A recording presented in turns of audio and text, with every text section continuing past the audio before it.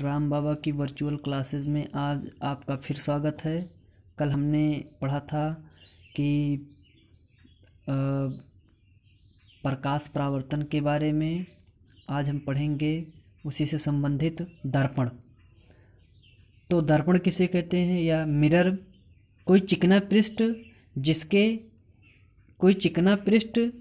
जिसके एक ओर कलई करके या पॉलिश करके दूसरी ओर परावर्तक तल बना दिया जाए, दर्पण कहलाता है।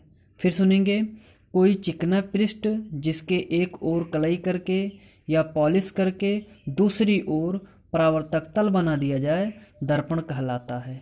एक बात और ध्यान देंगे, दर्पण पर जो कलई होती है या पॉलिश होती है, सदैव पारे का लेप चढ़ा करके लाल ऑक्साइड से की जाती है।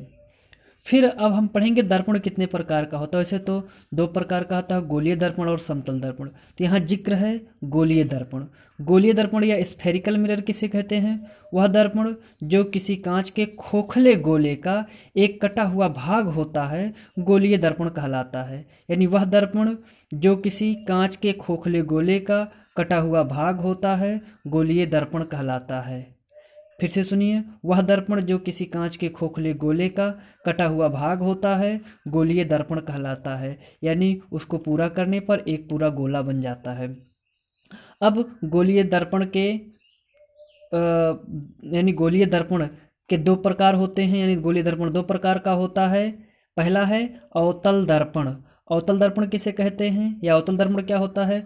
अवतल दर्पण में कलई उभरी या पॉलिश उभरी हुई सतह में होती है और परावर्तन दबी हुई सतह पर होता है। जैसा कि चित्र में दिखाया गया है, ये एक अवतल दर्पण है। इसमें कलई या पॉलिश उभरी हुई सतह पर है और परावर्तन यानी रिफ्लेक्शन दबी हुई सतह पर है।